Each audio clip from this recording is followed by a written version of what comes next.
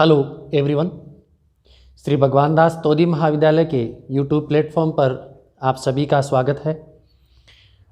आज की जो क्लास है अपनी, उसमें हम स्टडी करने जा रहे हैं digestive system of sepia.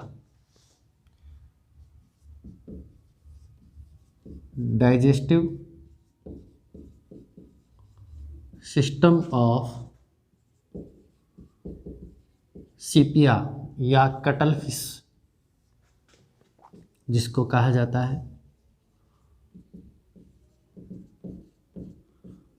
Cuttle fish, उसके डाइजेस्टिव सिस्टम के बारे में आज अपन चर्चा करेंगे।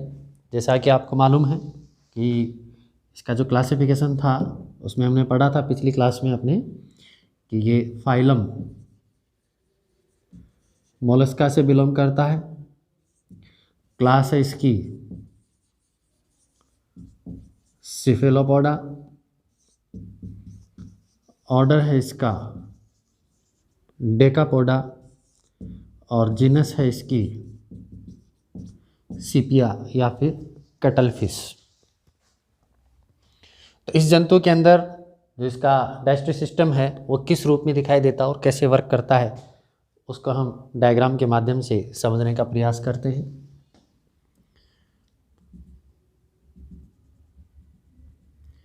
ये इस जंतु में फेरिंक्स वाला रीजन है।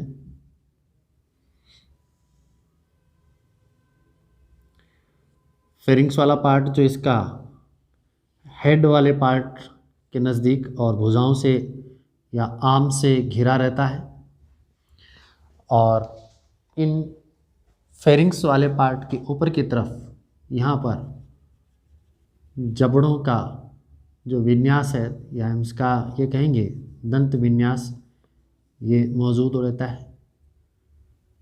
मतलब इसके यहाँ पर ऊपर की तरफ जबड़े मौजूद रहते हैं, और ये जो पूरी थैलेनुमा जो पार्ट आपको दिख रहा है ये बक्कल मास के नाम से भी जाना जाता है।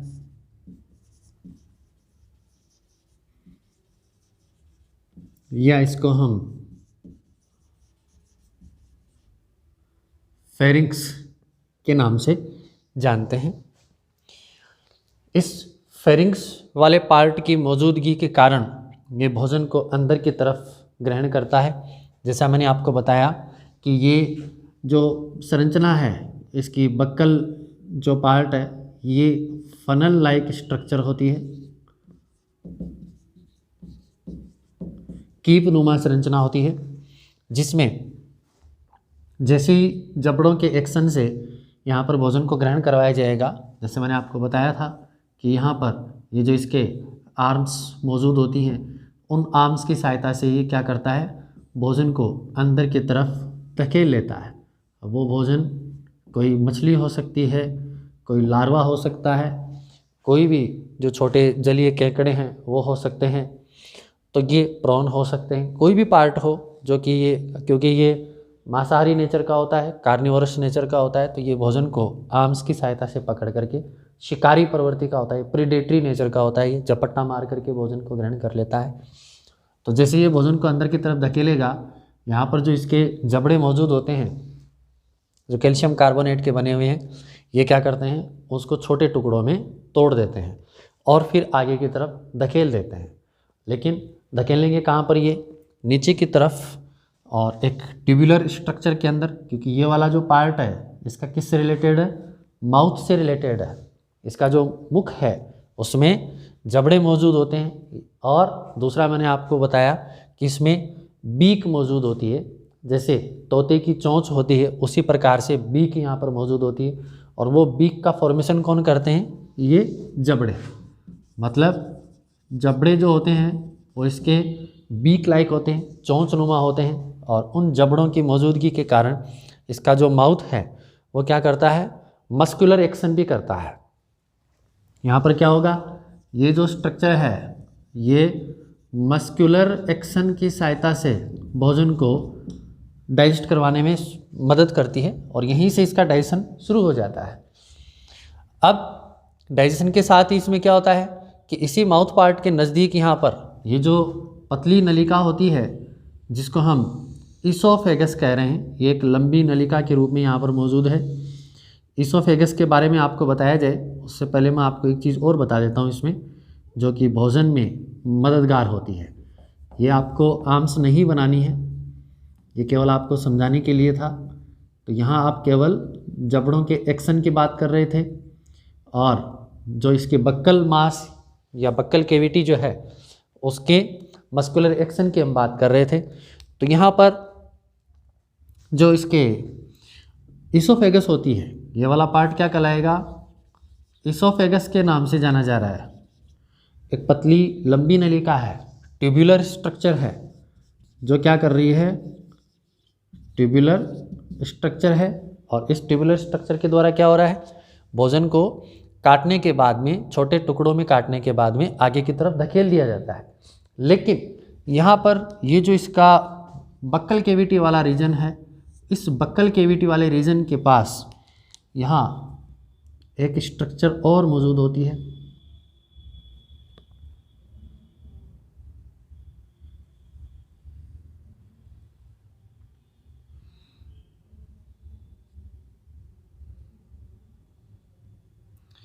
मनुष्य के अंदर जिस तरीके से किडनी की व्यवस्था होती है, जैसे किडनी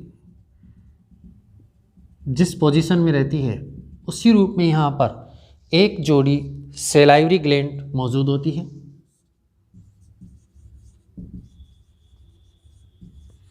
सेलाइवरी ग्लैंड मौजूद होती है।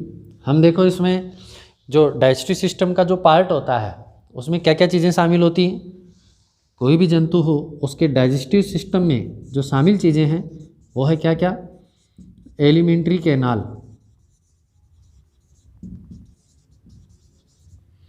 दूसरा है उसमें डाइजेस्टिव ग्लैंड्स,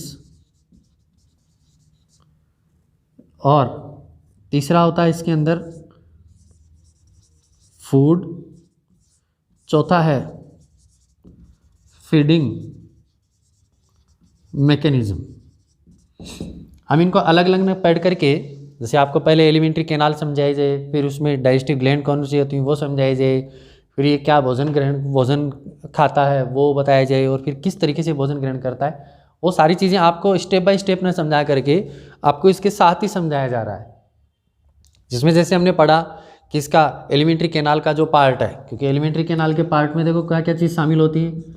माउथ होता है, ठीक है, फिर दूसरा जो है इसका ईसोफेगस होता है, तीसरा स्टोमक होता है, चौथा इंटेस्टाइन, और पांचवा रेक्टम। ये वाले पार्ट हैं। तो इन सभी पार्ट्स के बारे में अपन साथ साथ चर्चा भी करेंगे, और ये भी जानेंगे कि ये किस पार्ट के अंदर भोजन का कौन सा अंश या फिर किस तरीके से भोजन के डाइजेशन की जो प्रक्रिया है वो संपन्न होती है। तो यहाँ हम बात कर रहे हैं इसके साथ में सेलाइवरी ग्लैंड के बारे में भी। तो कई साइंटिस्ट ने ये माना भी है कि ये इसका कार्य जो है मूल रूप से सेलाइवा का सिक्रेशन करना नहीं देखा गया। हालांकि इसका नाम सेलाइवरी ग्लैंड है, लेकिन इस सेलाइवरी ग्लैंड को इन्होंने पॉइजन ग्लैंड कहना ज़्यादा मुनासिब समझा। पॉइजन ग्लैंड कहना ज़्यादा मुनासिब समझा। उसका रीज़न क्या है कि ये भोजन ग्रहण करते समय जैसे ही जबड़ों से भाई यहाँ पर भोजन लाया जाएगा, कोई भी शिकार को पकड़ करके यहाँ पर लाया जाएगा, तो यहाँ पर इन जबड़ों के एक्शन की सहायता से क्या होगा, उसको टुकड़ों में तोड़ने का काम होगा। लेकिन उससे पहले ये जो सेलाइवरी ग्लैंड है, ये इस तरीके का सिक्रेशन, जो कि ये इसकी सेलाइवरी डक्ट हैं, उनसे ये चिपचिपे पदार्थ का श्रावण करती है, और उस चिपचिपे पदार्थ के श्रावण के आधार पर ही इसको सेलाइवरी ग्लैंड का नाम दिया गया है। लेकिन उस चिपचिपे पदार्थ के अंदर इस प्रकार की एक्शन रहती है कि जो कि उस जंतु को बेहोश करने में काम में ली जाती है। उस शिकार को ये क्या कर देती है, शिथिल कर देती है एकदम, और उसको या फिर बेहोश कर देना। तो इस तरीके से हम ये कह सकते हैं कि जो डाइजेस्टिव ग्लैंड है, ये जो डाइजेस्टिव ग्लैंड के रूप में जो मौजूद यहाँ पर सेलाइवरी ग्लैंड है, वो उसको पॉइजन ग्लैंड कहना ज़्यादा मुनासिब इन्होंने समझा, क्योंकि इस क्षेत्र के द्वारा क्या होता है, इस तरीके का सिक्रेशन यहाँ पर छोड़ा जाता है बक्कल कैविटी के अंदर या फेरिंग्स के अंदर, जो कि उस शिकार को मारने के लिए या उसको बेहोश करने के लिए या उसके तंत्र को शिथिल करने के लिए यहाँ पर काम में लिया जाता है। तो जैसे ही भोजन यहाँ से टुकड़ों में तोड़ा जाता है उसे एक लंबी नलिका की सहायता से ईसोफेगस में छोड़ दिया जाता है। अब ईसोफेगस इस भोजन को कहाँ ले जाती है? देखिए यहाँ पर मौजूद थैलेनुमा पार्ट जिसको हम कहते हैं स्टोमक, लेकिन ये जो स्टोमक है ये एक और संरचना का यहाँ पर निर्माण करता है जिसे सीकम कहते हैं, ठीक है। और यहाँ से इस भोजन को भेज दिया जाता है इंटेस्टाइन के अंदर। तो सबसे पहले हम देखेंगे कि यहाँ पर ईसोफेगस जो है वो एक थैलेनुमा संरचना के अंदर ओपन होती है जिसको हम स्टोमक के नाम से जानते हैं। और स्टोमक का काम क्या है? यहाँ पर भोजन को डाइजेस्ट करवाना। यहाँ पर जो पाचक एंजाइम है, हम कहेंगे कि जो डाइजेस्टिव एंजाइम्स हैं, उन डाइजेस्टिव एंजाइम्स की सहायता से और इस स्टोमक की दीवारों की मस्कुलर एक्शन की सहायता से क्या होता है? उस भोजन को कंप्लीट रूप से डाइजेस्ट करवा लिया जाता है, ठीक है। अब जैसे ही भोजन डाइजेस्ट हो जाता है उसे एक छोटी थैलेनुमा संरचना सीकम के अंदर ट्रांसफ़र कर दिया जाता है। सीकम भी क्या करती है? जो भोजन यहाँ पर डाइजेस्ट हुआ है उस डाइजेस्टेड मटेरियल को ये यहाँ पर क्या करे? स्टोर रखे, जिससे कि जो भी उसका भोजन का पार्ट है जो कि पचने से बचा हुआ है वो डाइजेस्ट हो जाए और धीरे धीरे फिर उसको क्या है, स्टेप बाय स्टेप या ड्रॉप बाय ड्रॉप जो है वो इंटेस्टाइन के अंदर एब्जॉर्प्शन के लिए भेज दिया जाए। तो ये जो संरचना है यहाँ पर स्टोमक और सीकम की, इसके ऊपर यहाँ पर हम देखते हैं कि एक जोड़ी यहाँ पर द्विपालित मतलब बाइलोब्ड स्ट्रक्चर के रूप में यहाँ पर एक संरचना और मौजूद होती है जो कि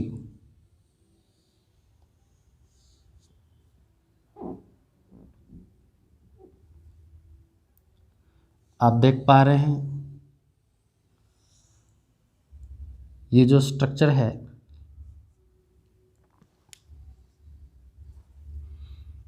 यहाँ पर मौजूद है और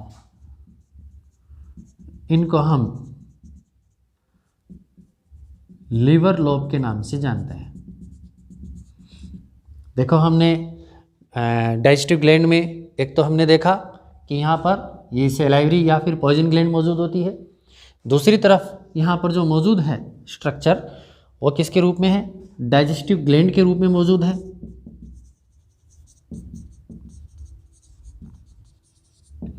और इनको हम कहते हैं लीवर लोब। ये जो संरचना है ये क्या होती है? ब्राउनिश भूरे रंग की संरचना के रूप में यहाँ पर मौजूद है और इसका जो कार्य है वो क्या है? भोजन के डाइजेशन के लिए आवश्यक एंजाइम का श्रावण करना। तो भोजन के पाचन के लिए जो आवश्यक एंजाइम का श्रावण करने के लिए यहाँ पर एक जोड़ी लीवर लोब मौजूद होती है, प्लस यहाँ पर क्या है? पेंक्रियाटिक लोब्स भी मौजूद हैं।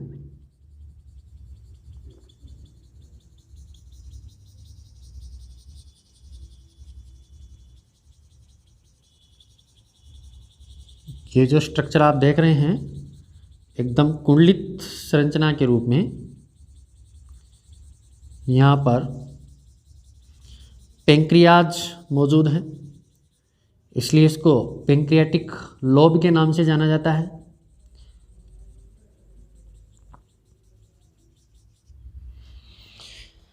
ये है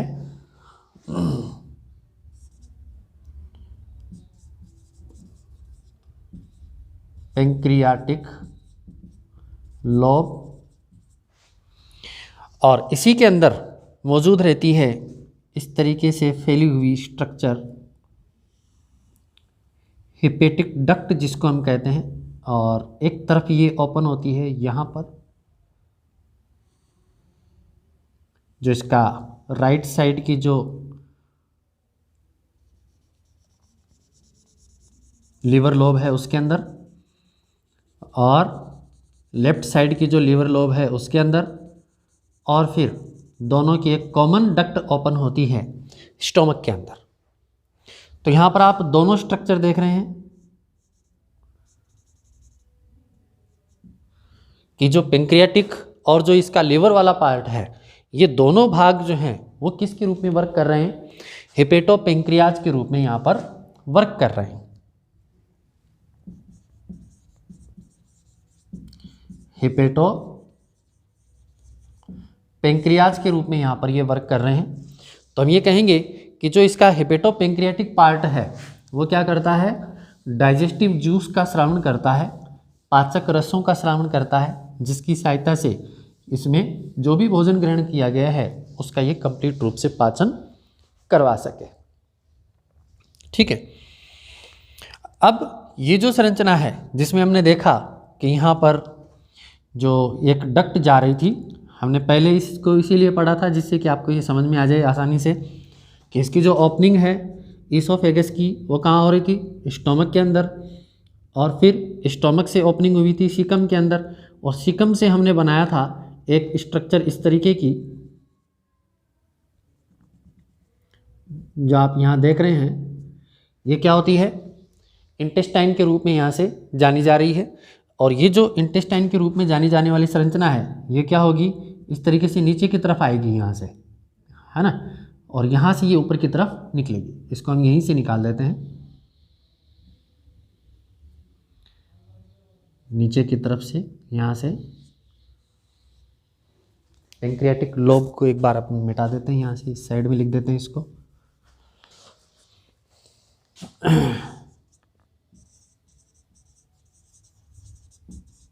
पेंक्रियाटिक लोब, और ये जो संरचना है इंटेस्टाइन के रूप में फिर आगे की तरफ बढ़ती है, और इसकी जो इंटेस्टाइन है वो पतली तथा लंबी संरचना होती है। और ये जो लंबी संरचना है ये इस तरीके से ओपन हो जाती है रेक्टम के रूप में।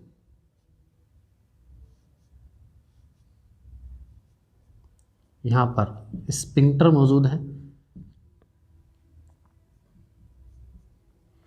यह है इसका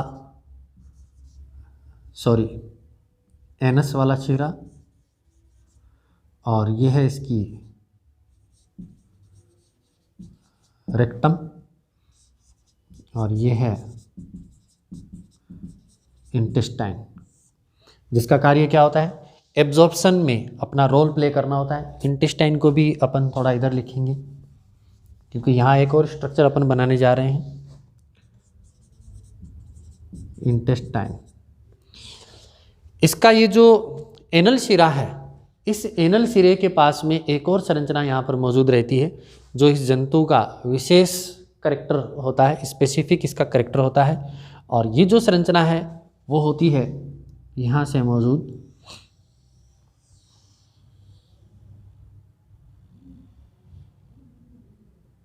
इस तरीके से।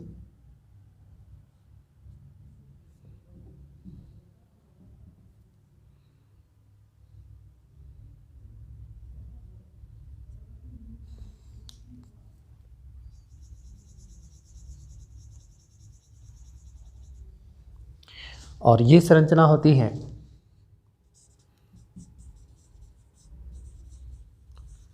इंक डक्ट, इंक सेक और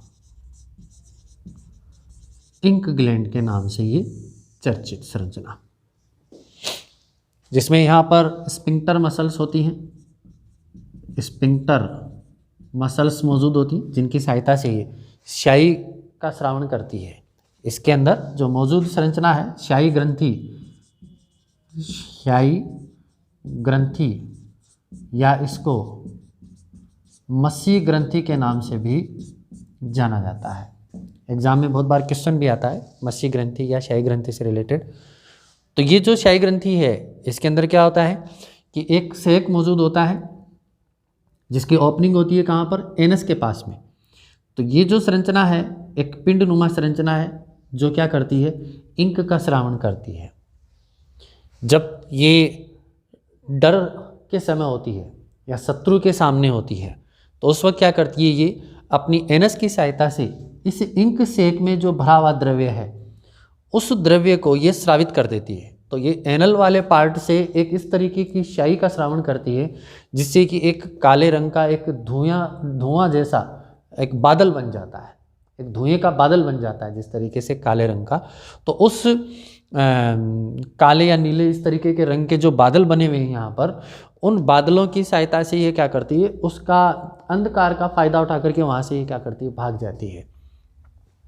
तो इंक ग्लैंड का श्रावण जो है, इंक ग्रंथि जो है वो इस जंतु के अंदर भी मौजूद होती है। तो स्याही ग्रंथि का जो श्रावण है, स्याही का जो श्रावण है वो इसमें स्याही ग्रंथि के द्वारा यहाँ पर करवाया जाता है। और ये संरचना होती है कहाँ पर मौजूद, इसके रेक्टम वाले पार्ट के अंदर मौजूद होती है, जहाँ पर मौजूद जो स्फिंक्टर मसल्स होती हैं वो क्या करती हैं, इसमें एनल सिरे को बंद करने में और इसके जो इंक डक्ट है उसके सिरों को बंद करने में ये रोल प्ले करती है। मतलब एनस को बंद करना तथा खोलने में ये मददगार होती है। तो ये था इस जंतु के अंदर हमने पढ़ा कि इसका डाइजेस्टिव सिस्टम किस प्रकार का होता है, किस तरीके से इसके अंदर भोजन को ग्रहण करवाया जाता है, कैसे इसमें डाइजेशन होता है और एब्जॉर्प्शन की प्रक्रिया होती है। खास बात इसमें यही रहती है कि इसमें स्याही ग्रंथि जो है वो मौजूद रहती है। जब आपसे स्याही ग्रंथि के बारे में पूछा जाए तब आप इसके डाइजेस्टिव सिस्टम को भी आप ब्रीफ में समझा सकते हैं। तो हमने पढ़ा इसमें कि किस तरीके से ये जंतु डाइजेशन की प्रक्रिया को अंजाम देता है। नेक्स्ट वीडियो में हम इसका आगे का जो सिस्टम है उसके बारे में हम स्टडी करेंगे। आप इसका स्क्रीनशॉट ले लीजिए। तब तक के लिए धन्यवाद।